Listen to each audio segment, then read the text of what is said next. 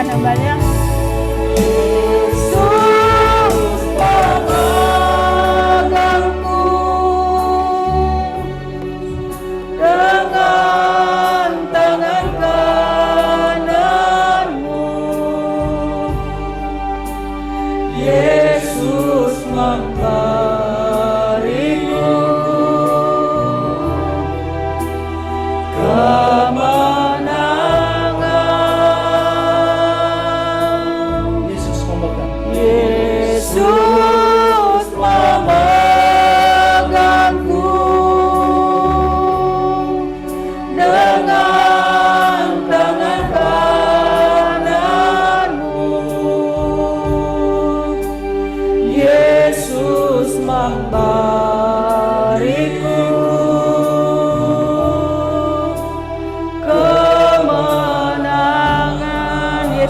Memberiku kemenangan.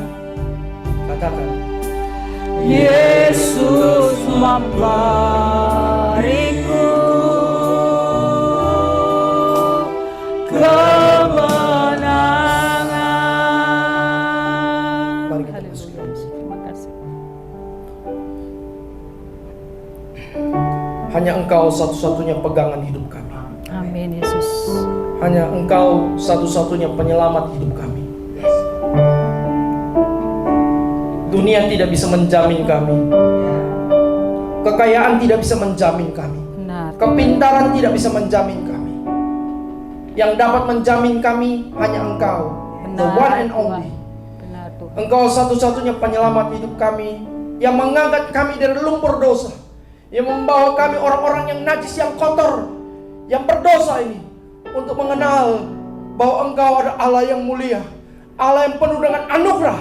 Haleluya. Datang turun ke dunia, bukan untuk show off, tapi datang turun ke dunia untuk mengangkat kami, menjadikan kami anak-anak-Mu yang berharga ya Tuhan. Benar Tuhan. Bapa di Terima surga, kasih. Terima kasih. jika pada saat ini kami datang dengan tujuan yang tidak benar, hati kami masih terarah kepada hal-hal di luar daripada Engkau, kami usir di dalam nama Yesus. Dalam nama Biarlah Tuhan. kuasa Tuhan memenuhi setiap kami. Amin. Amin. Otoritas Terima kasih. firman Tuhan yang berkuasa atas kami, hikmat surgawi memenuhi Benar, kami, Tuhan Yesus. supaya detik demi detik, waktu demi waktu, inci demi inci yang kami lewati ke depan, dituntun oleh Roh-Mu yang kudus, supaya kami menjadi anak-anak yang bukan saja mendengar kebenaran firman Tuhan, lebih daripada itu, kami dituntun oleh Engkau untuk menjadi pelaku-pelaku kebenaran firman Tuhan.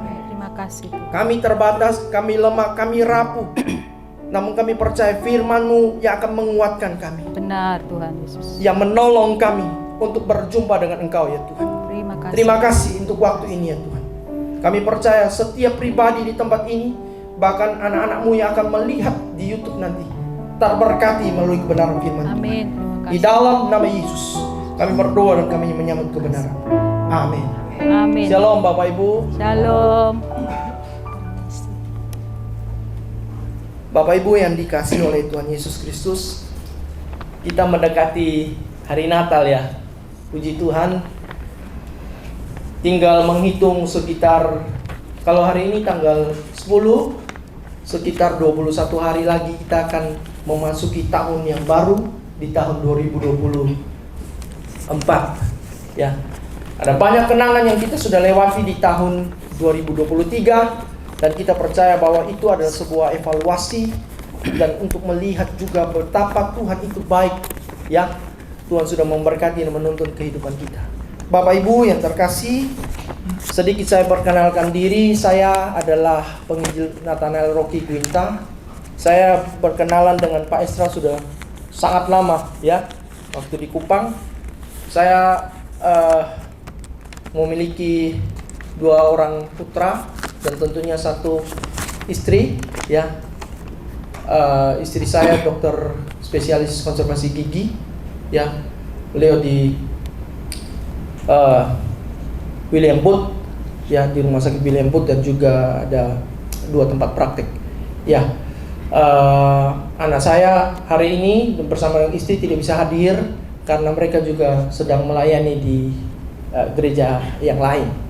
Nah Bapak Ibu yang dikasihi oleh Tuhan, kita akan merenungkan tema yang menarik, yaitu good news atau kabar baik atau kabar yang gembira.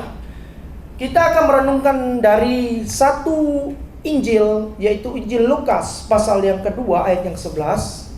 Ya, Bapak Ibu. Injil Lukas pasal yang kedua ayat yang ke-11. Mari kita bersama-sama bacakan ayat ini. 1, 2, 3. Hari ini telah lahir bagimu Juru Selamat, yaitu Kristus Tuhan di kota Daud. Bapak Ibu yang terkasih dalam Tuhan, saya ingin bertanya nih di awal firman Tuhan pada pagi hari ini.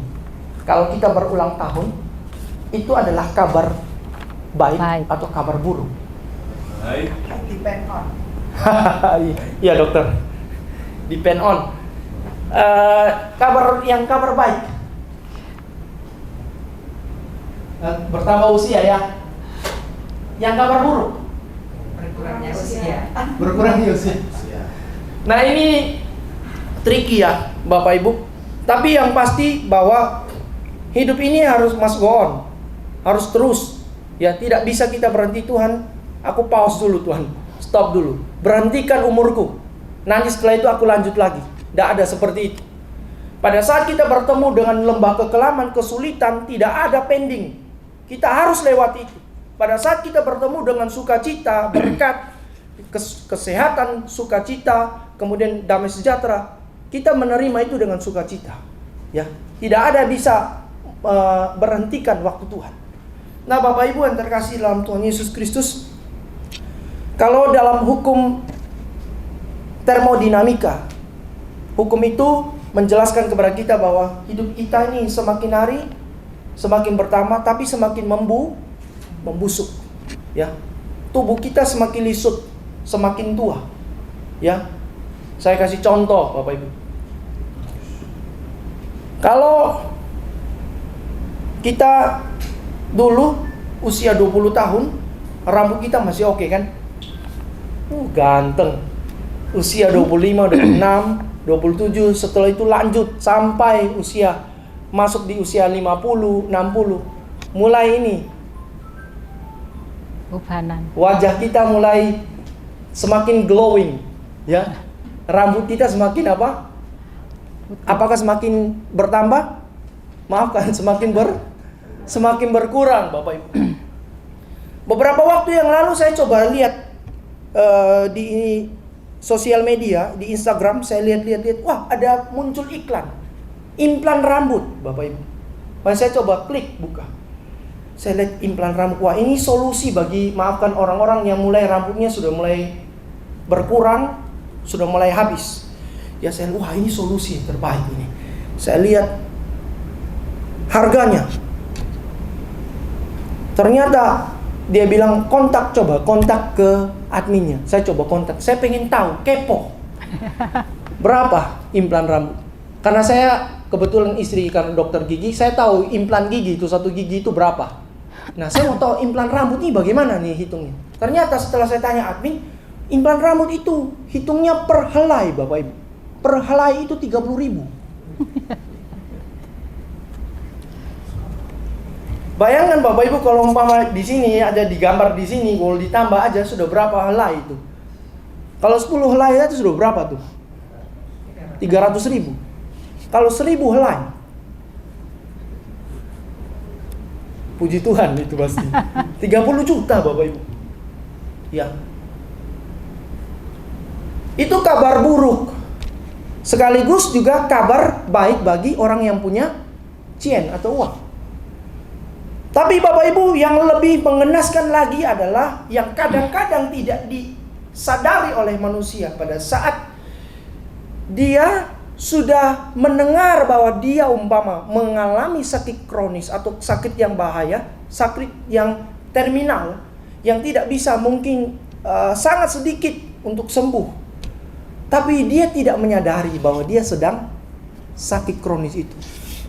Nah, di dunia ini banyak yang seringkali mendengar firman Tuhan, mereka tahu firman Tuhan, mereka mengerti ayat demi ayat, mereka menghafal, mereka mengikuti seminar, bahkan pembicara-pembicara hebat, mereka tahu apa itu doktrin.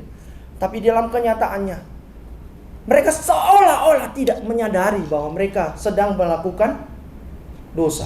Keluar dari sini aja sudah bisa maki kan? Soalnya dia buat saya emosi soalnya. Nanti Tuhan kan mengampuni aku. Tuhan kan maha pengasih gitu. Setelah itu baca firman Tuhan lagi, minta ampun lagi pada Tuhan, berbuat dosa lagi.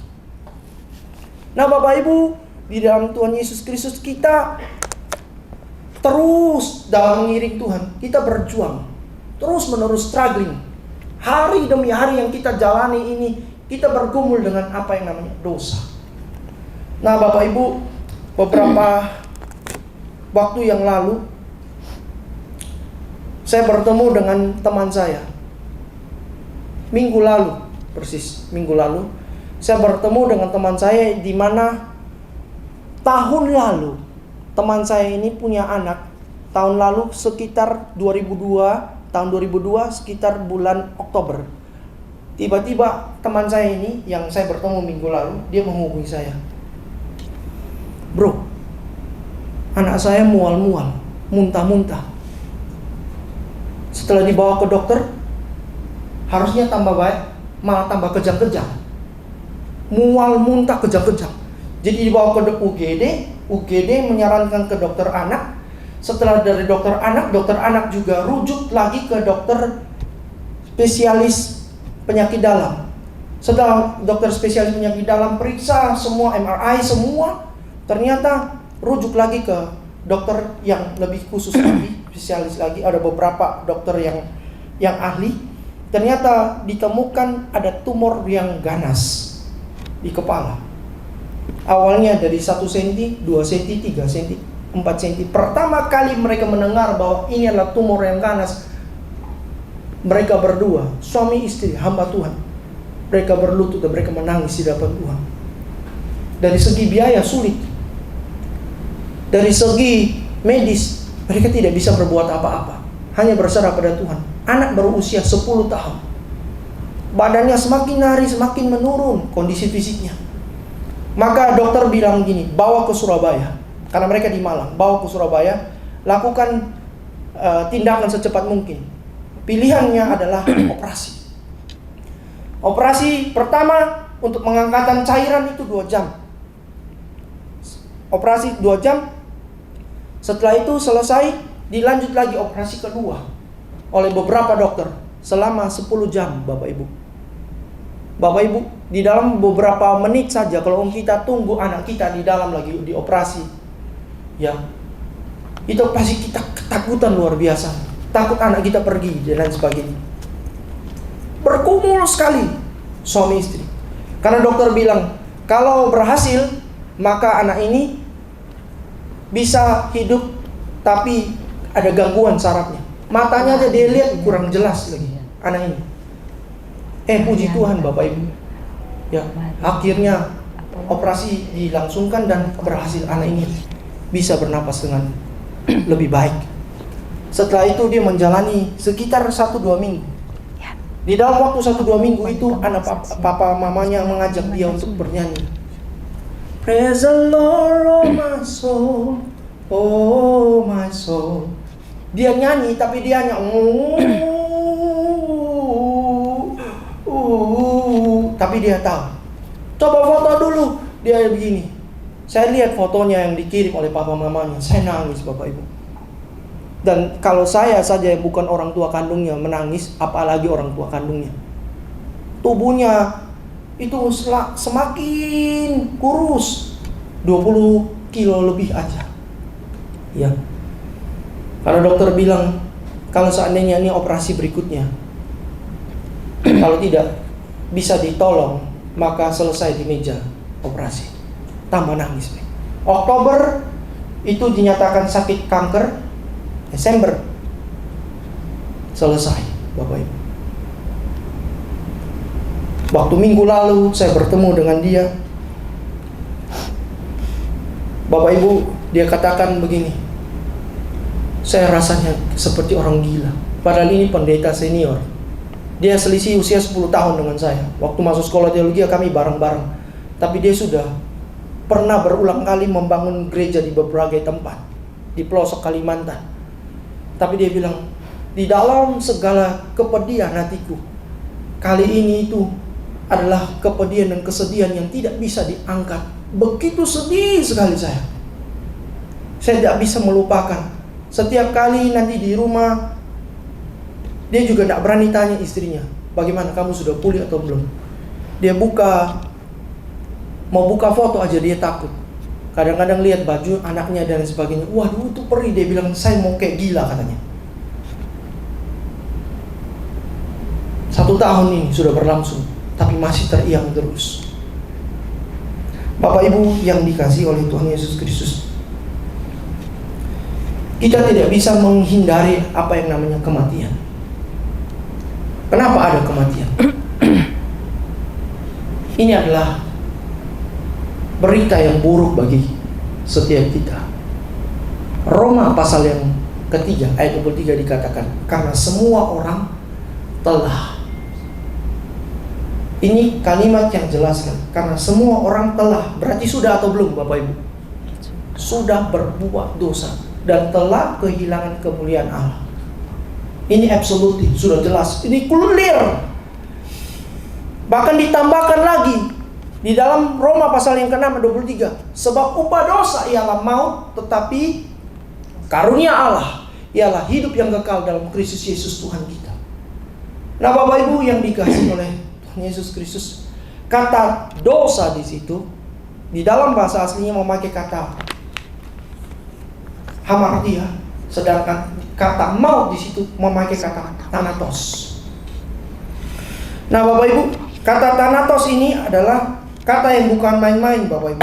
Kata thanatos itu memiliki pengertian di dalam bahasa Inggris adalah the death of body. Kematian secara fisik, tubuh yang mati. Ditempeleng, dipukul, dimaki, dihajar, diangkat, dimandiin, pakai apapun, disiram air panas, dibakar pun dia diam aja, mati. Ya, thanatos. Dan hal tentang kematian adalah hal yang paling ditakuti oleh semua orang. Semua orang takut mati.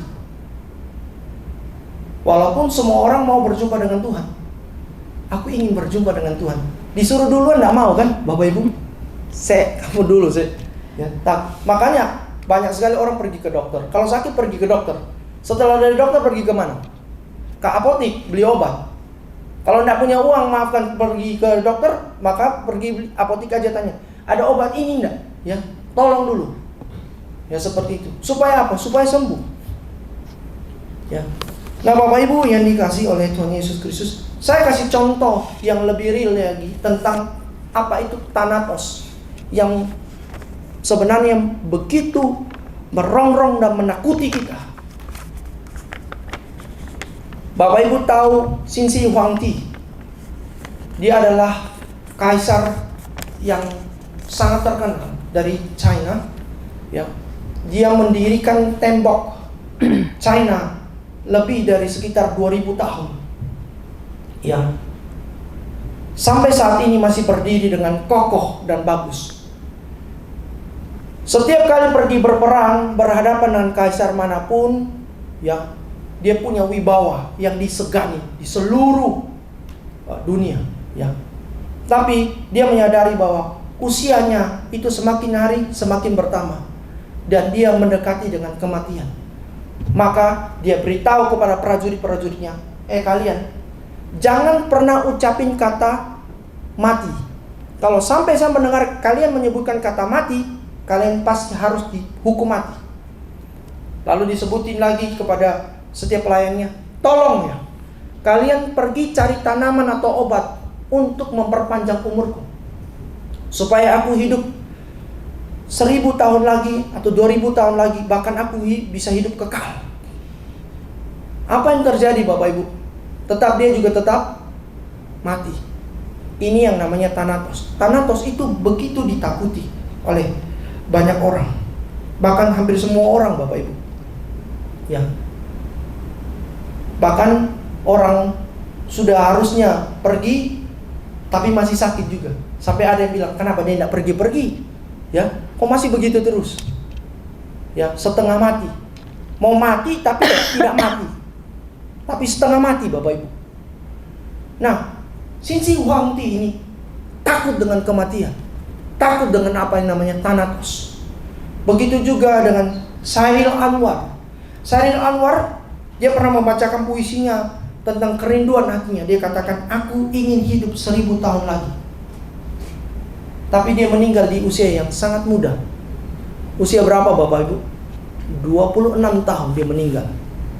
Ya, dia lahir tahun 1922, meninggal tahun 1949. Ya, di usia yang sangat muda. Semua kita berhadapan dengan kematian nanti. Kenapa? Karena Roma pasal yang ketiga ayat 23 dan Roma pasal 6 ayat 23. Sebab upah dosa ialah maut. Pasti enggak? Pasti. Tapi ingat baik-baik, karunia Allah ialah hidup yang kekal. Nah Bapak Ibu yang dikasihi oleh Tuhan Yesus Kristus, kita lihat tadi ada berbagai macam bad news di dalam hidup ini. Ada krisis ekonomi, krisis pertikaian, ada krisis kesehatan, ada krisis di dalam keluarga, ada banyak sekali krisis politik, peperangan, krisis penyakit kita alami setiap hari Bapak Ibu. Nah, itu adalah berita yang buruk bagi setiap kita. Sekarang, apakah berita ini bisa digantikan dengan berita baik? Apa itu berita baik Bapak Ibu? Kalau buruknya kita mengalami Thanatos, kita butuh berita yang baik. Kalau Bapak Ibu duduk diam, kemudian diberikan empau, cien, senang enggak? Itu berita baik atau buruk? Baik. Saya kasih contoh Bapak Ibu. Siapa di sini yang masih ingat tadi apa arti dari maut? Nah, satu lagi. Ya, silakan angkat tangan ini. Ini berhadiah. Tadi saya ada sebutin arti dari kata dosa. Ada satu kata Yunani. Apa itu? Silakan angkat tangan dulu.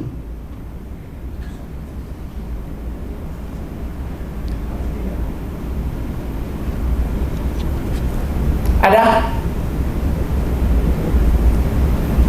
Itu kalau dalam pengertian dia meleset dari sasaran, tidak fokus pada sasaran. Tadi Pak Pendeta sudah sebut itu. Hamartia. Ya, hamartia itu artinya dosa, Thanatos artinya maut. Nah, dua hal ini yang menggoncangkan kita untuk kita mengalami ketakutan. Hari ini kita mendengar kabar baik bahwa anak kita sudah dari SD, SMP, SMA, kemudian S1. Setelah ini saya bangga, anak saya akan lanjut S2. Bahkan anak saya target S3, bahkan PhD. Senang gak? Kabar baik. Tapi sadarkah kita, sebangga-bangganya kita dengan gelar yang diperoleh oleh anak atau kita, gelar terakhir adalah apa? Almarhum. Kita punya mobil yang luar biasa, Lambo, Rolls Royce. Rolls Royce bekas aja saya cek, sekitar 10 M. Bapak Ibu bisa beli berapa rumah itu? Di rumah yang sederhana. Ya. Kita naik mobil Ferrari, kita naik Volkswagen. Tapi mobil terakhir kita adalah mobil jenazah. Kita tinggal di rumah yang megah, yang mewah, penuh dengan pelayan. Mau apa saja ada di situ. Rumah terakhir kita adalah 1x2, ya, di kuburan. Jadi sebenarnya apa yang menjadi kabar baik bagi kita, Bapak Ibu? Bapak Ibu yang dikasihi oleh Tuhan Yesus Kristus, mungkin saja tadi saya katakan, kalau kita dapat banyak uang, kita bisa beli obat, tapi kita tidak bisa beli kesehatan. Kita bisa beli jam yang mahal, Rolex, tapi kita tidak bisa beli apa? Waktu. Mungkin kita bisa membeli dunia, tapi satu hal, kita tidak bisa membeli apa? Keselamatan. Keselamatan itu adalah anugerah, absolutely. yang cuma-cuma diberikan bagi kita. Di dalam Efesus itu jelas sekali. Bukan karena perbuatan baik kita. Nah, Bapak Ibu yang terkasih dalam Tuhan Yesus Kristus, keselamatan di dalam Yesus Kristus itu jelas-jelas terpatri. Kabar yang terindah dan kabar baik bagi setiap kita adalah yang tadi kita baca. Hari ini telah lahir bagimu. Ada 3 kata penting di situ.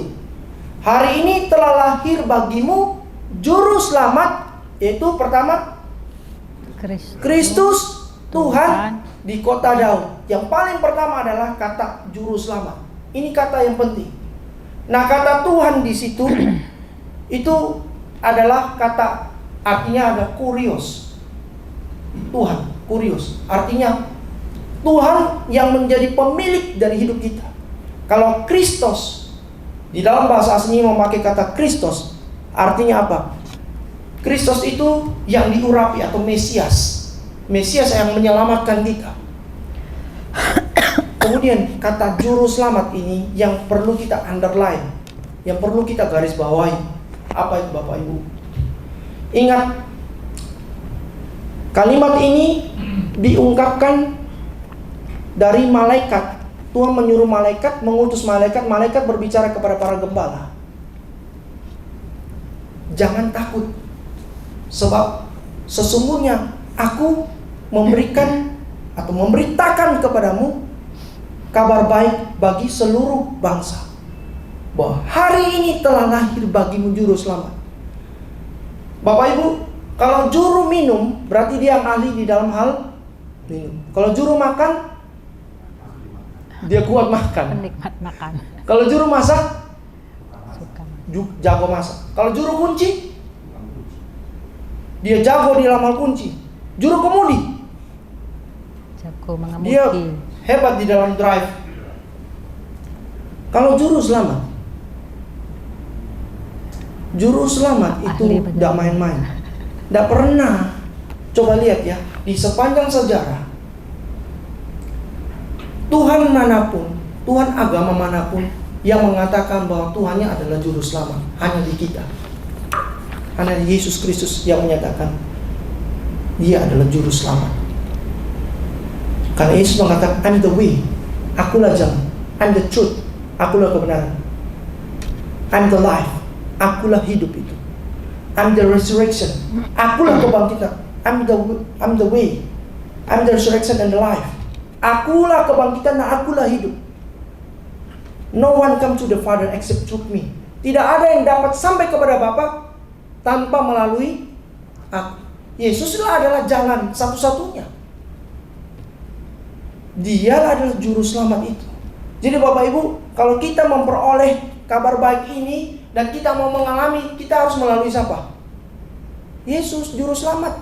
Hari ini telah lahir bagimu juru selamat. Nah, Bapak Ibu yang terkasih dalam Tuhan Yesus Kristus, di sini jelas sekali bahwa Allah menyuruh malaikat untuk berbicara kepada para gembala. Ini juga berita yang luar biasa dinyatakan kepada Maria juga. Maria juga mendengar itu. Nanti kita akan sampai di dalam poin berikutnya tentang bagaimana Maria mendengar kabar yang baik ini. Nah, Bapak Ibu yang terkasih dalam Tuhan Yesus Kristus, kalau kita merenungkan baik-baik, why did Jesus come to the world? Kenapa Yesus datang ke dunia ini? Kalau saudara tanya kepada Tuhan, Lord, why did you come to the world? Untuk apa engkau datang ke dunia? Lalu Yesus jawab apa? For I did not come to call the righteous people, but I did come to call the sinner. Sebab aku datang ke dunia ini bukan mencari orang yang benar, orang sehat, tidak membutuhkan tabib. Tapi aku mencari orang yang berdosa. Siapa orang berdosa? Saya dan Bapak Ibu. Kalau Bapak Ibu sudah merasa bahwa tidak berdosa, tidak perlu datang saat ini, ya kan begitu. Sudah aman-aman aja, hidup sendiri aja. Aman kok, aku gak butuh Tuhan. Aku orang yang suci, aku orang yang sempurna. Tapi semua kita adalah orang yang berdosa. Makanya Yesus itu adalah aktif. Dia datang mencari orang yang berdosa. Karena kita adalah manusia yang tidak bisa menjangkau Allah. Natal terbaik adalah Allah yang menjangkau kita. Allah yang berinisiatif pertama kali datang mencari kita. Bukan kita mencari Allah. Itu adalah anugerah yang luar biasa dari Allah.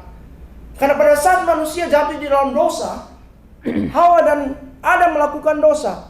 Bukan mereka yang datang bilang, Tuhan, ini aku telanjang Tuhan, mari Tuhan. Aku gak malu kok. Enggak, mereka bersembunyi. Tapi Alkitab mencatat bahwa ada bunyi langkah Tuhan. Dan Tuhan datang menghampiri mereka. Di manakah engkau? Aku malu Tuhan. Kenapa malu? Karena berbuat dosa. Inilah teologi yang begitu tepat. Allah yang berinisiatif. Jadi Bapak Ibu, kalau kita merasakan anugerah besar itu, ingat bahwa Allah yang pertama kali berinisiatif menjangkau kita. Begitu juga pada saat kita memberikan persembahan. Bukan kita memberi sedikit supaya Tuhan memberkati kita, salah. Kita memberi banyak atau sedikit itu karena kita yang mencintai Allah. Karena kita sudah terlebih dahulu diberkati Allah. Jangan dibalik ya Bapak Ibu. Teologi mancing. Kasih ikan teri untuk dapat ikan kakap. Ya, kasih ikan kecil supaya dapat ikan besar. Lu kasih banyak, lu dapat banyak, lu diberkati. Hidupmu akan enak, hidupmu senang-senang saja. Pasti Tuhan pasti jauhkan dari segala mara bahaya. Tuhan jauhkan dari segala penyakit. Ada di Alkitab begitu? Tidak pernah ada. Tuhan tidak pernah menjanjikan kita hidup akan baik-baik saja. Tidak. Tapi Tuhan menjamin orang-orang benar hidup takut akan Tuhan. Tuhan akan jagai dengan kebenaran. Mengalami penderitaan enggak? Ya. Jelas. Pikul salib ya. Menyangkal diri ya. Bapak Ibu, kita masih melewati drama panjang nih ke depan. Kita tidak tahu apa yang kita akan alami ke depan. Tapi satu hal yang kita perlu garis bawahi bahwa janji Tuhan ya dan amin. Tuhan memelihara kita, menjangkau kita, memberkati kita, menyanggupkan kita. Saya kalau ngomong di depan Bapak Ibu dulu, komentar begini, Tuhan, tidak bisa apa-apa. Siapa yang bisa tolong saya? Hanya Tuhan kok. Saya hafal ulang-ulang tuh khotbah pertama kali itu tahun 2004 di chapel, khotbah pertama perdana. Saya hafal. Di atas mimbar saya, Tuhan jamah, Tuhan berkati. Bahkan yang tidak saya persiapkan di dalam teks itu di luar dari pikiran Tuhan yang memimpin untuk bisa menyampaikan dengan benar. Karena saya mengakui bahwa Tuhan, hamba-Mu terbatas. Hanya anugerah Tuhan saja. Ini berita tentang kebenaran-Mu. Bapak Ibu yang dikasihi oleh Tuhan Yesus Kristus. Jadi Tuhan bilang gini, aku datang ke dunia untuk mencari orang yang berdosa, bukan orang benar. Lalu kita begini lagi sama Tuhan.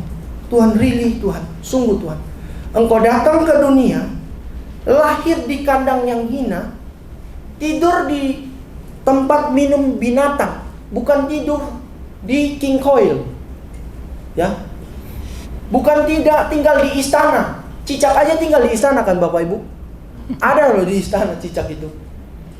Ini juru selamat, raja di atas segala raja, raja damai datang ke dunia. Dia apa? Dia menjadi orang yang sangat terlihat miskin.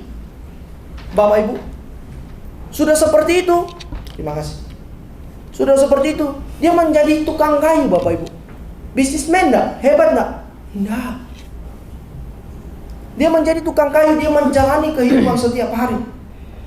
Setelah dia menjadi tukang kayu, dia pikul kayu salib, ditindas, dicaci maki, dihukum, dipukul, ditinju, diinjak, dimaki, dicemooh, ditelanjangi, lalu digantung di kayu salib dan mati. Demi siapa?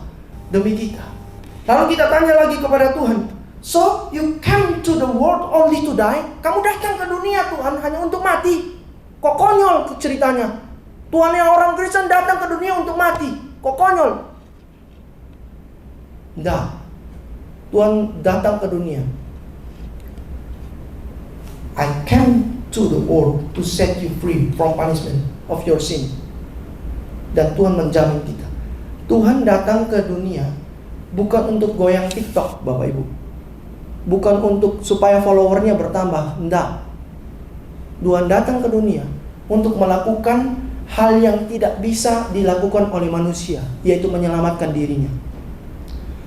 Kalau pertanyaan yang konyol adalah, kalau manusia sudah bisa menyelamatkan dirinya, ngapain Tuhan datang turun ke dunia? Karena manusia tidak bisa melakukan hal yang Tuhan lakukan, maka dia butuh Tuhan untuk menyelamatkan dirinya. Maka Tuhan datang, bukan untuk datang show off, tapi Tuhan datang untuk menyelamatkan saya dan saudara. Nah, ini kabar yang paling gembira di seluruh dunia, Bapak Ibu. Dan ini yang kita harus utarakan kepada siapapun. Kabar terbaik, the best of good news adalah ini. Hari ini telah lahir bagimu juru selamat, yaitu Kristus Tuhan di kota Daud. Yesus lahir bagi siapa? Bagi kita, orang-orang yang percaya. Bapak Ibu yang dikasihi oleh Tuhan Yesus Kristus,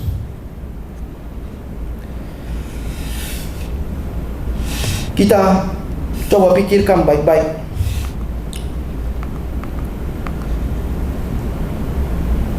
Orang yang adalah raja, ya, raja itu kan memimpin selama-lamanya kan, walaupun di dunia, ya kan, sampai dia selesai bernafas di dunia ini kan baru digantikan oleh keturunannya kan. Kalau raja sistemnya seperti itu. Tapi ini dikatakan raja di atas segala raja. Tapi dia mau jadi rakyat jelata, lahir di kandang yang hina, lahir dari anak darah Maria. Ya, ini hal yang luar biasa, Bapak Ibu. Ya.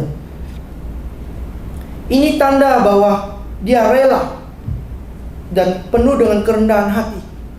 Walaupun tadi saya katakan kalah dengan cicak. Cicak bisa berada di mana-mana.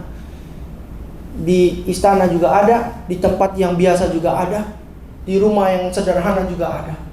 Tapi kita lihat di sini, raja yang mulia itu rela turun ke dunia untuk menjadi rakyat jelata. Ini hal yang luar biasa. Lalu pertanyaannya adalah, mengapa Allah mau jadi manusia? Bapak Ibu, pernah nggak kita berpikir bahwa kita ini adalah manusia yang ingin jadi seperti Allah? Ya enggak? Banyak manusia yang ingin jadi seperti Allah, Pak. Mau naik ke atas. Contoh, Menara Babel.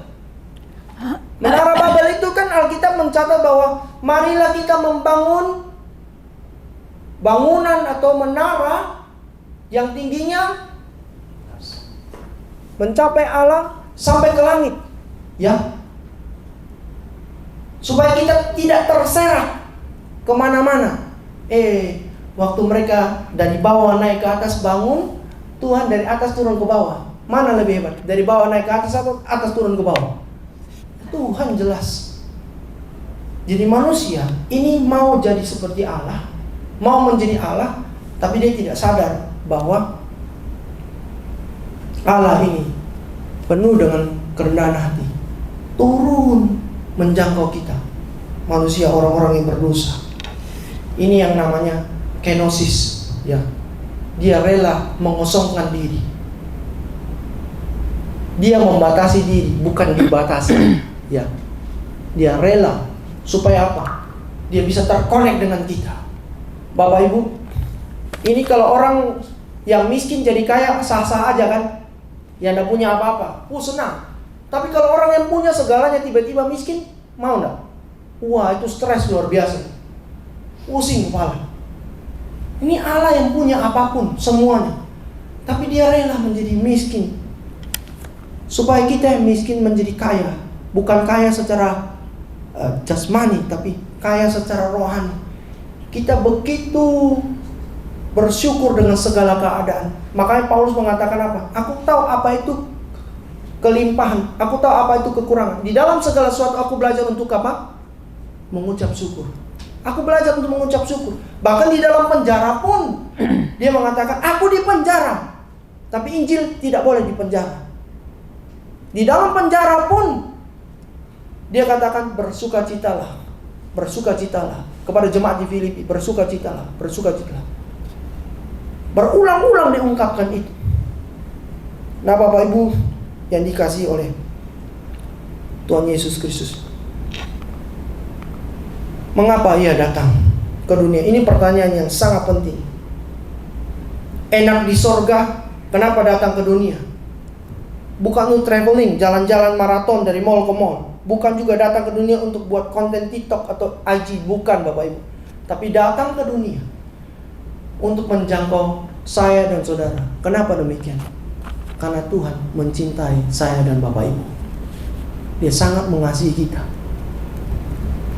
Bapak Ibu, kalau pertama kali falling in love, pertama kali saya falling in love, mendengar lawan yang kita cintai dia bilang I love you, itu hati bergetar loh. Mikinya bisa melepas saja rasanya, kan? Pertama kali. Tapi kalau setiap hari jalani, tiap hari sudah 20 tahun menikah, gitu, baru disebutin Papa, Mama, sayang Papa, gitu. Itu rasa risih deh, geli-geli deh kamu ngomong. Kamu minum obat apa tadi? Seperti itu kan, Bapak Ibu. Coba CLBK, cinta lama bersemi kembali. Ingat pertama kali kita jatuh cinta. Setiap hari kita falling in love with God. Kita jatuh cinta. Saya yakin lah, kita yang jatuh cinta kepada Tuhan, apapun kita dapat lakukan untuk Tuhan dengan benar, karena kita menyembah Allah yang benar. Allah yang baik, bukan saja Allah yang baik, tapi Allah yang adalah kebenaran itu. Bapak Ibu yang dikasihi oleh Tuhan Yesus Kristus, inilah hal yang paling indah. Yesus datang ke dunia untuk menyelamatkan kita, orang-orang yang tidak bisa menyelamatkan kita. Dan Dia menjamin kehidupan kita, bukan hanya hari ini, tapi untuk selama-lamanya. Bapak Ibu yang dikasihi oleh Tuhan Yesus Kristus, ini adalah berita yang baik sekaligus berita yang buruk bagi Maria saat dia mengandung dan melahirkan bayi Yesus. Berita baiknya karena apa, Bapak Ibu? Berita baiknya karena dia melahirkan Sang Juru Selamat. Pasti kalau ditanya dari jutaan ibu-ibu di dunia ini, ya, miliaran ya. Total mungkin sudah 8 miliar lebih ya umat di dunia ini. Ditanya, siapa di sini dari ibu-ibu yang mau melahirkan Sang Juru Selamat? Woi, pasti semua mau. Maria waktu mendengar itu, ini kabar baik bagi dia nih. Siapa dia emangnya? Kok bisa dapat diberikan kesempatan, privilege untuk bisa melahirkan Juru Selamat? Ini berita baik bagi dia. Tapi ini berita buruk juga karena dia menanggung malu hamil sebelum menikah. Ini konteks pergumulan yang panjang dari Cik Maria, ya. Dia bergumul panjang, ya. Pertama, dia bergumul dengan siapa? Yusuf. Dia bertemu sama Yusuf. Dia bilang, panggil, Yusuf, sini dong say. Ada apa? Aku hamil, Yusuf. Keren toh. Waktu Yusuf dengar begitu, apa? Kamu selingkuh dengan laki-laki siapa, Mar? Kok tega-teganya kita menjalani hubungan begini lama, begitu baik, begitu akrab. Aku menjaga kekudusan hidupku, kamu juga. Aku pikir ternyata kamu rela begitu. Tega-teganya kamu, Mar. Ya, pasti Yusuf merespon begitu. Lalu Maria bilang, bukan. Aku bukan hamil sama laki-laki siapapun. Aku hamil karena karunia dari Roh Kudus. Apa? Kamu mulai aneh-aneh ngomongnya. Tambah lagi bingung si Yusuf itu. Nah, Bapak Ibu, saya coba cek ya. Pada saat Maria itu diberitahu oleh malaikat Tuhan. Kenapa ada drama ini yang saya buat? Apakah pada saat malaikat Tuhan ngomong sama Maria itu ada Yusuf di situ? Kalau ada ada Yusuf di situ kan enak juga kan? Langsung aja. Tapi nanti kita coba bandingkan di dalam Matius. Bapak Ibu coba lihat ya. Coba perhatikan Matius pasal yang pertama ayat 20. Bisa tampil ayat enggak di sini? Atau Bapak Ibu kalau bawa Alkitab elektronik boleh. Matius 1 ayat 20, Bapak Ibu. Matius 1 ayat 20.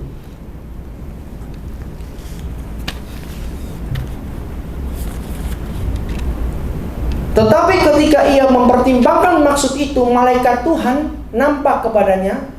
Ya, nampak kepada siapa tuh? Dalam Yusuf, mimpi Yusuf, dan berkata, Yusuf, anak Daud, janganlah engkau takut mengambil Maria sebagai istrimu. Sebab anak yang dalam kandungannya adalah dari Roh Kudus. Ya. Ketika ia mempertimbangkan maksud itu, malaikat Tuhan nampak kepadanya. Coba di dalam ayat 19.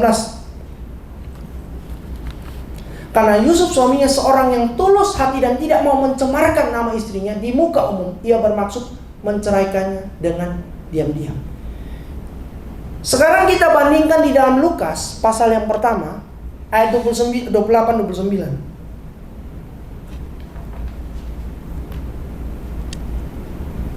Ketika malaikat itu masuk ke rumah Maria, ia berkata, "Salam hai engkau yang dikaruniai, Tuhan menyertai engkau."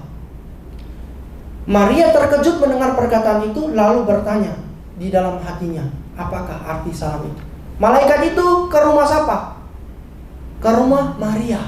Bukan, Alkitab mencatat bertemu dengan Maria bersama dengan Yusuf.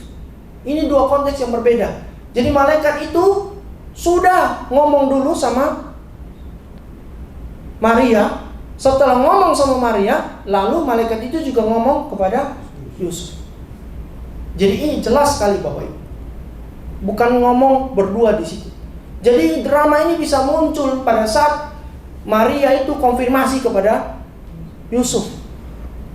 Pasti dia juga kaget, karena waktu dia dengar, ini masa sih begitu? Pasti. Saya kalau jadi Yusuf, masa sih orang bisa hamil tanpa melakukan hubungan suami istri? Tidak mungkin. Saya kalau jadi Yusuf juga begitu. Pasti berpikir. Nah Bapak Ibu yang terkasih, pertama Maria bergumul dengan calon suaminya Yusuf. Yang kedua, dia bergumul dengan siapa? Dia bergumul dengan ayah ibunya. Di dalam konteks Lukas maupun Matius tidak tercatat di situ waktu malaikat ngomong ada banyak orang di situ, ada papa mamanya. Tidak ada. Ya tidak dicantumkan. Malaikat ngomong kepada Maria, dan ini pergumulan pribadi dari Maria. Maria pada saat bertemu dengan ayah dan ibunya, dia katakan, "Papi, Mami, maafkan Maria. Mar mau sampai Mar hamil." Sungguhan, contoh mah. Sungguhan lah, kamu hamil. Segera panggil orang tuanya Yusuf. Panggil Yusuf. Segera kalian harus segera menikah. Yusuf segera harus bertanggung jawab atas kamu. Enggak apa, bukan sama Yusuf. Apa? Bukan sama Yusuf. Kamu sama laki-laki siapa lagi? Mar, keterlaluan kamu. Papa didik kamu sekian lama, bukan menjadi orang seperti ini. Tambah emosi lagi kan? Bukan. Roh Kudus. Hah? Kok bisa? Roh Kudus bagaimana kamu? Itu sesuatu yang tidak masuk akal Bapak Ibu. Sampai detik ini aja, kalau bukan karena anugerah, kita tidak akan mungkin bisa mengerti. Baik itu bisa dijelaskan secara medis sekalipun, oleh dokter Lukas sekalipun.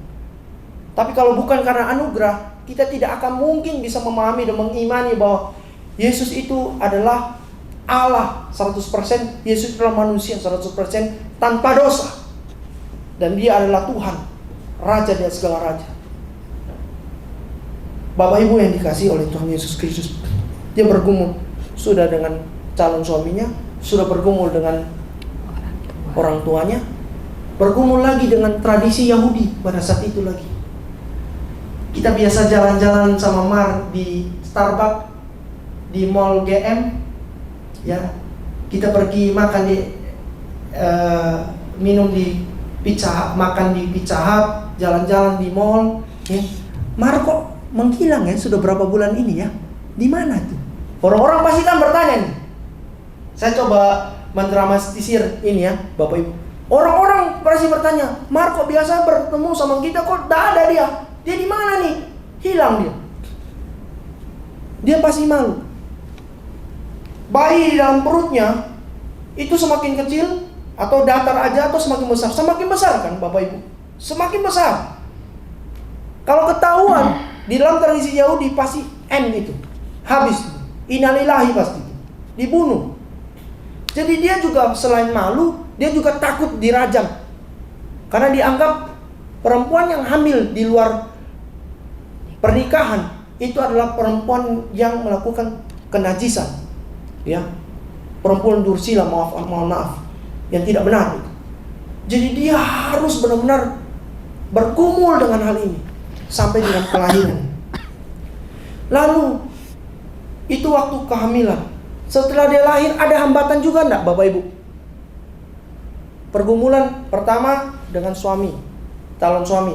Kedua dengan orang tua. Ketiga dengan tradisi orang masyarakat Yahudi. Keempat setelah melahirkan dengan siapa? Herodes.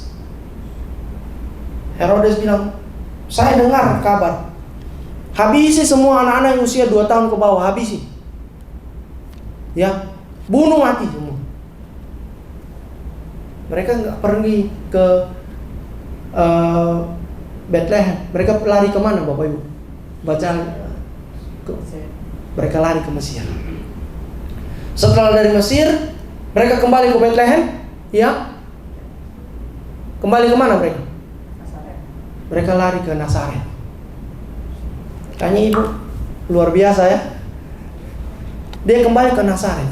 Makanya selalu dikatakan Yesus orang Nazaret. Yesus orang Nazaret. Waktu mau disalibkan, ditangkap ya. Ini orang Galilea nih, logatnya Petrus itu orang Galilea gitu. Yesus itu bertumbuh banyak bertumbuh di Nazaret ya. Jadi logatnya juga Nazaret. Yesus dia lahir di Bethlehem, besar di Nazaret. Sampai pada puncaknya dia mati bagi saya dan saudara untuk menebus kita dari setiap dosa. Bapak Ibu yang dikasihi oleh Tuhan Yesus Kristus, kita lihat lagi dari sisi yang lain dari kelemahan. Bayi itu waktu lahir dia mengalami tidak selalu bayi itu pada saat lahir kan dia tidak langsung kuat dan bisa lari. I'm Superman umpama waktu lahir gitu. Pertama apa? Waktu bayi lahir, nangis. Ayo nak, nangis. Akhirnya nangis. Nangis itu tanda kehidupan. Nah, bayi itu bayi manusia pertama kali lahir itu digendong, penuh dengan keterbatasan, kelemahan. Ya, dia bersandar hanya pada air susu ibunya. Sedangkan kalau bayi binatang setelah lahir langsung bisa berjalan enggak? Langsung bisa. Dia langsung berjalan. Kita tunggu berapa lama Bapak Ibu? 1 tahun. Betul sekali. Ada yang waktu bisa 1 tahun, bisa kurang dari 1 tahun, rata-rata lebih daripada itu Bapak Ibu. Makannya juga. Ada orang tua yang saya lihat pernah, saya kaget, tiba-tiba anaknya dibawa ke rumah sakit. Dikasih makan jagung, Bapak Ibu, belum usia 6 bulan ke atas dikasih makan jagung, walaupun di blender. Ya, padahal kan anaknya baru bisa boleh minum susu saja, Bapak Ibu. Yesus itu terbatas. Bapak Ibu yang dikasih oleh Tuhan Yesus Kristus, tapi di dalam keterbatasannya sebagai manusia, dia bukan dibatasi, tapi dia membatasi dirinya. Supaya apa? Kita orang-orang yang terbatas ini, kita orang-orang yang hina, kita orang-orang yang berdosa, kita orang-orang yang harusnya dihukum ini, ditolong, ditopang, diangkat untuk menjadi kesayangannya. Kita memperoleh hidup yang kekal karena percaya pada Kristus. Bapak Ibu yang terkasih dalam Tuhan Yesus Kristus, jadi kalau Natal tahun ini, apa yang kita harus perbuat? Kita harus ingat, Natal pertama itu Kristus membawa damai itu bagi siapa? Para gembala. Para gembala ini adalah orang-orang yang kalau mau dibilang orang-orang yang tidak terpelajar. Ini kabar mereka dengar loh.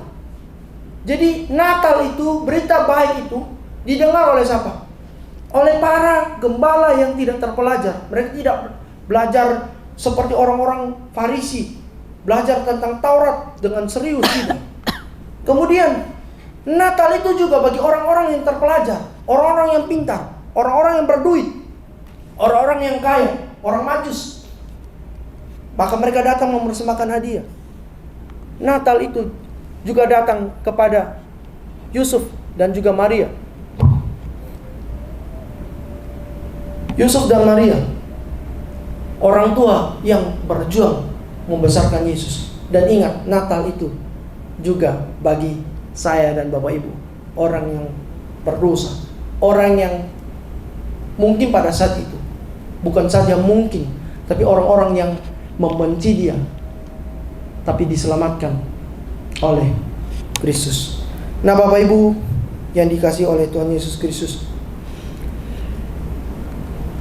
di sini kita harus aminkan apa yang kita dapat lakukan di dalam Natal. Kita harus percaya. Setiap orang yang percaya kepadanya tidak akan mungkin binasa. Ini kabar yang paling indah. So beautiful, wonderful in our life. Tidak akan binasa. Tadi Roma pasal 3:23, Roma pasal 6:23 dikatakan upah dosa ialah maut. Kita sudah kehilangan kemuliaan Allah. Tapi ingat, ya, setiap orang yang percaya kepada Dia tidak akan binasa. Kalau kita tidak akan binasa karena kita percaya pada Dia, maka kita harus mewartakan kasih Kristus bagi banyak orang.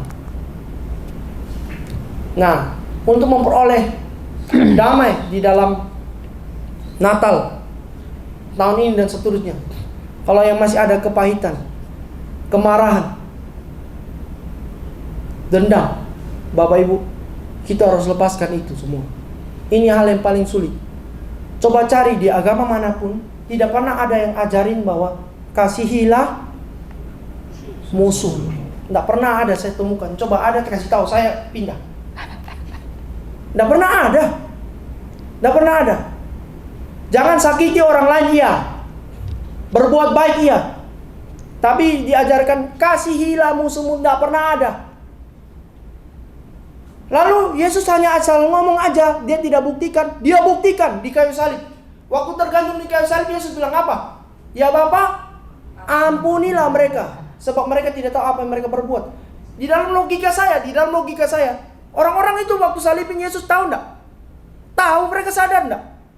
Realize enggak? Aware enggak? Mereka sadar. Tapi bagi Yesus, ini orang berdosa. Dia tidak tahu dia lagi lakukan kesalahan. Dan ini adalah bahaya terbesar di dalam hidup ini. Pada saat kita melakukan kesalahan, kita tidak sadar bahwa kita lagi berdosa. Ini paling bahaya. Oleh karena itu, kasih karunia yang besar, anugerah yang luar biasa. Pada saat kita melakukan dosa dan kita sadar, Tuhan, aku butuh pengampunan daripada Engkau. Karena aku sudah diampuni, ajarkan aku, berikan aku kekuatan untuk bisa mengampuni orang-orang yang berbuat salah kepada aku. Bapak Ibu, separah-parahnya kita sampai detik ini, pernah enggak ada yang kita disalibkan seperti Tuhan Yesus? Hanya rasul-rasul aja pada saat itu. Sekarang ini pernah paling dimaki, diludahi. Saya pernah dimaki, Bapak Ibu. Bapak Ibu pernah dimaki? Ya, saya pernah dimaki. Lagi nyetir begini, tiba-tiba becak di depan nih. Becak keluar begini. Jadi saya banding ke kanan, setir banding ke kanan, ada motor di sebelah sini. Motor itu juga hampir terhimpit di jagir itu. Waktu terhimpit, saya juga banting setir lagi kembali. Jadi hampir tabrak becak di depan, hampir tabrak motor di sebelah kanan. Dia pepetin saya motor ini. Waktu pepetin saya turunin kaca, saya mau minta maaf. Sebelum saya minta maaf, dia monyet kamu. Begitu sama saya. Saya lihat kembali di kaca, saya monyet kah? Bapak Ibu yang terkasih, kalau kita bukan di dalam Tuhan atau di luar Tuhan, emosi pasti apa? Emang lu siapa, lu naik motor? Emang saya salah kah? Saya mau menghindari orang di depan, pasti kita adu ribut gak? Kok kamu bisa bilang saya monyet? Kalau saya monyet, kamu apa? Ya Bapak Ibu, kadang-kadang seperti itu membuat kita bisa keluar dari alur main yang sebenarnya. bahwa kita ini adalah orang percaya. Kita harus bisa mengampuni supaya hati kita apa? Penuh dengan damai. Sakit nak? Sakit Bapak Ibu. Paling susah mengampuni orang yang bersalah pada kita. Susah, luar biasa susah. Yang terakhir Bapak Ibu, give. Kalau saya ulang tahun, saya yang kasih hadiah Bapak Ibu atau Bapak Ibu kasih hadiah saya? Saya yang dapat hadiah atau saya yang kasih hadiah? Dapat hadiah. Saya yang dapat hadiah dong ulang tahun. Kalau Tuhan Yesus terbalik. Waktu Tuhan Yesus ulang tahun lahir ke dunia, Dia memberikan seluruh hidupnya bagi saya dan bagi Bapak Ibu. Dia memberikan seluruh hidupnya bagi kita. Hadiah terbaik bagi kita. Itu adalah kabar terbaik.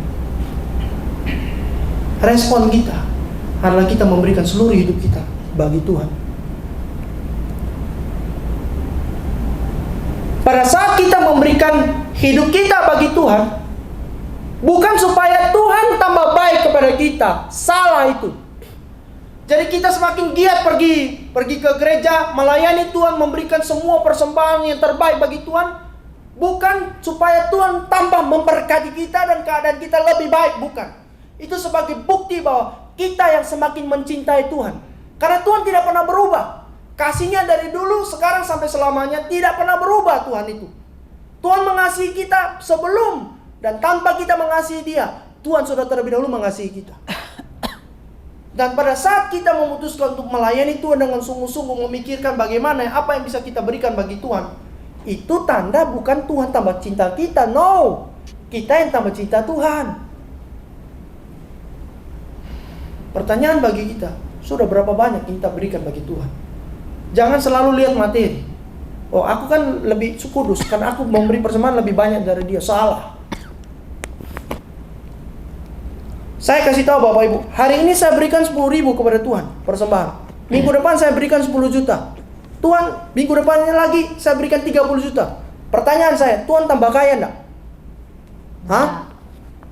Enggak. Tuhan enggak butuh uang kita. Tuhan sudah kaya kok. Tuhan bisa pakai siapapun untuk bisa kembangkan gereja dimanapun. Tuhan yang mau lihat seberapa jauh kita mencintai Dia. Saya punya misi. Dengan biaya sendiri, saya mau pelayanan di mana-mana. Dan itu terjawab setelah saya berdoa. Ya. Setelah ini, nanti tanggal 15 saya pulang ke Kupang. 3 hari beruntun saya khotbah. Di dalam segala keterbatasan saya khotbah, Tuhan izinkan. Saya sudah kontak, dan puji Tuhan, Tuhan buka jalan. Ya. Saya semua saya sendiri, dengan biaya sendiri. Bukan biaya sendiri, biaya dari Tuhan. Tanpa ada orang support siapapun untuk Tuhan.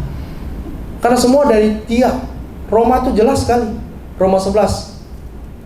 Karena semuanya dari Tuhan. Oleh Dia, kepada Dia. Bagi Dialah kemuliaan sampai selama-lamanya. Bapak Ibu yang terkasih, 3 ini ingat. Believe, forgive, and give. Ingat ini, James Harrison. Dia seorang pendonor darah terbanyak di dunia.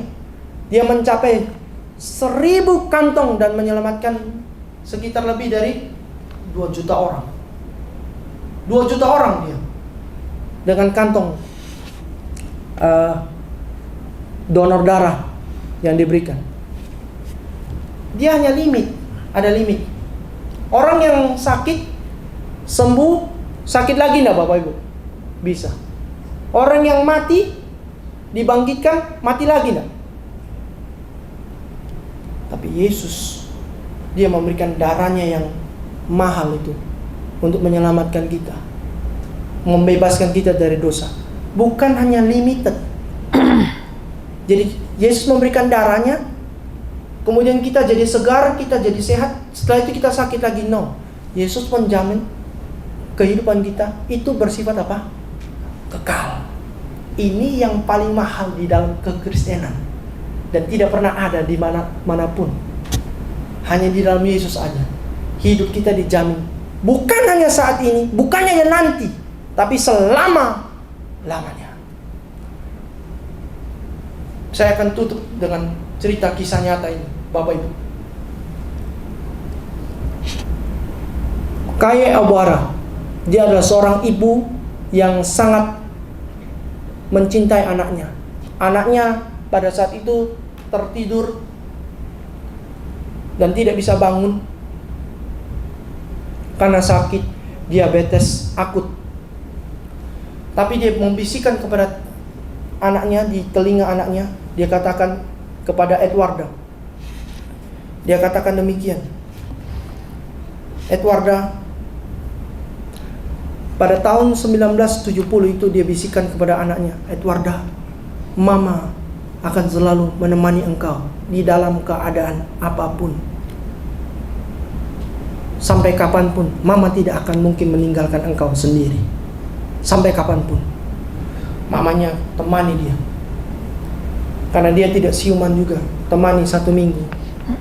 Tidak sembuh-sembuh. Tidak sadarkan diri. 2 minggu.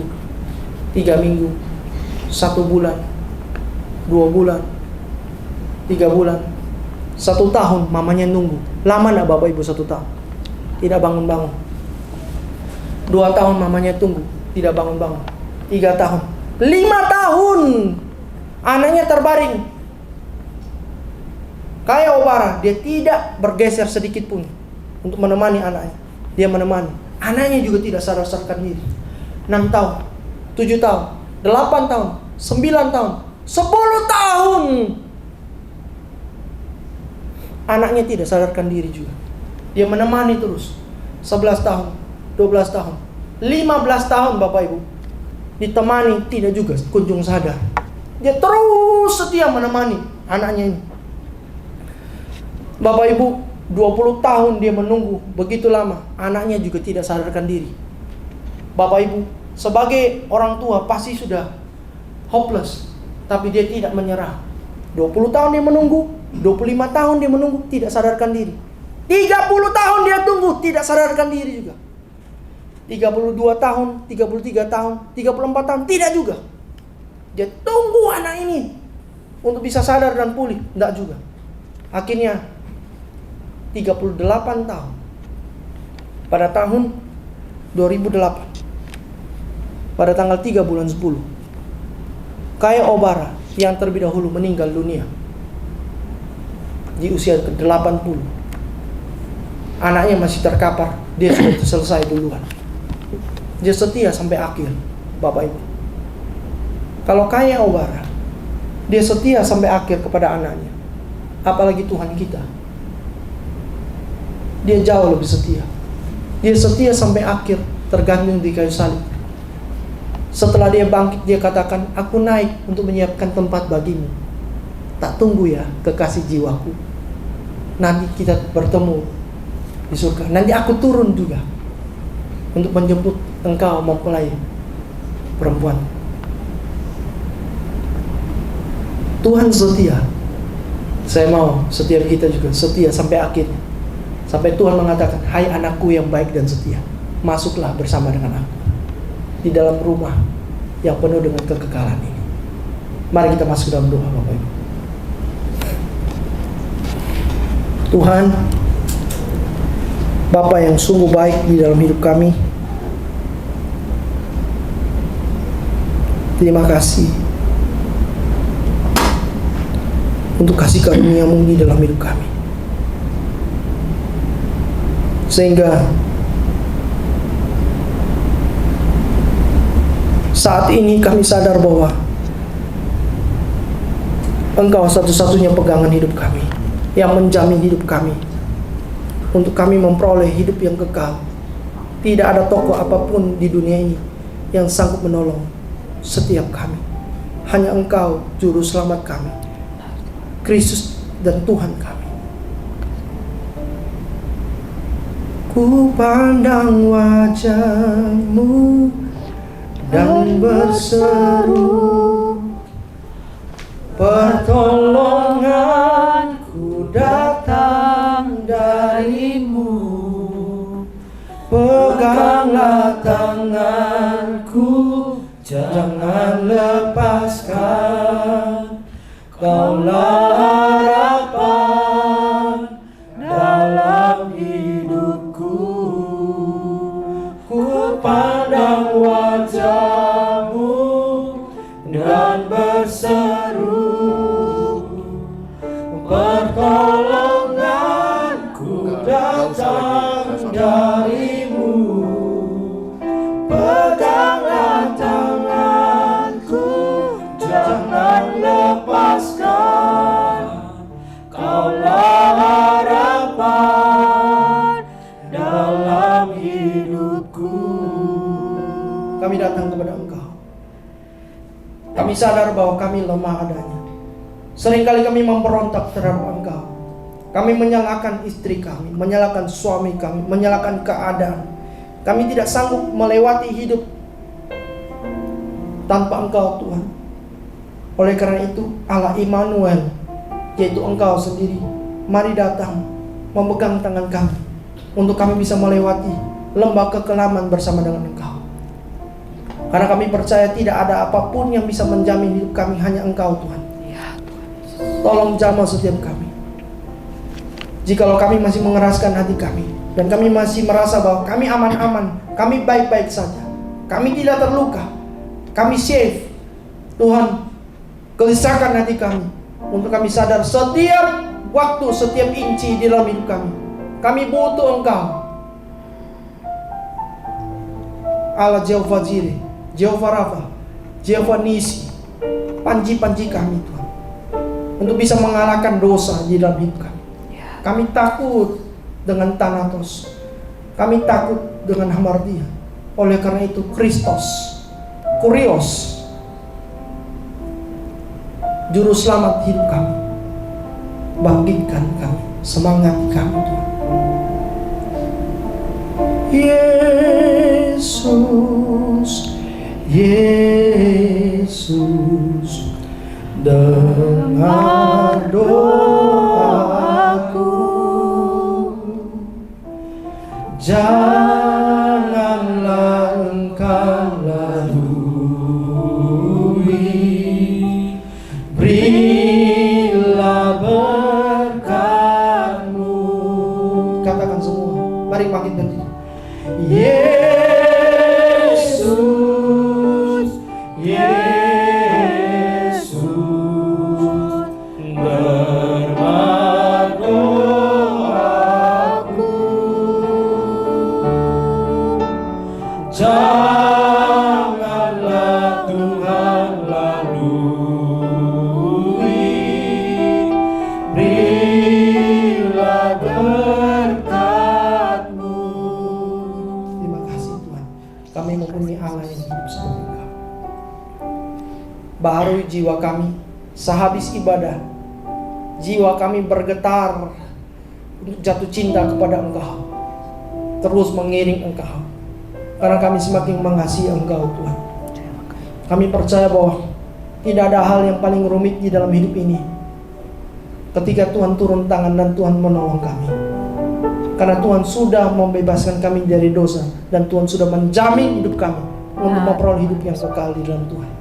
Hamba terbatas, ampuni hamba di dalam segala kesalahan pengucapan. Hamba mohon kemurahan Tuhan. Tuhan jangkau setiap kami, untuk kami dengan hati yang murni membawa hidup kami kepada Engkau. Terima kasih Bapa. Di dalam nama Yesus kami berdoa dan kami bersyukur. Amin. Amin.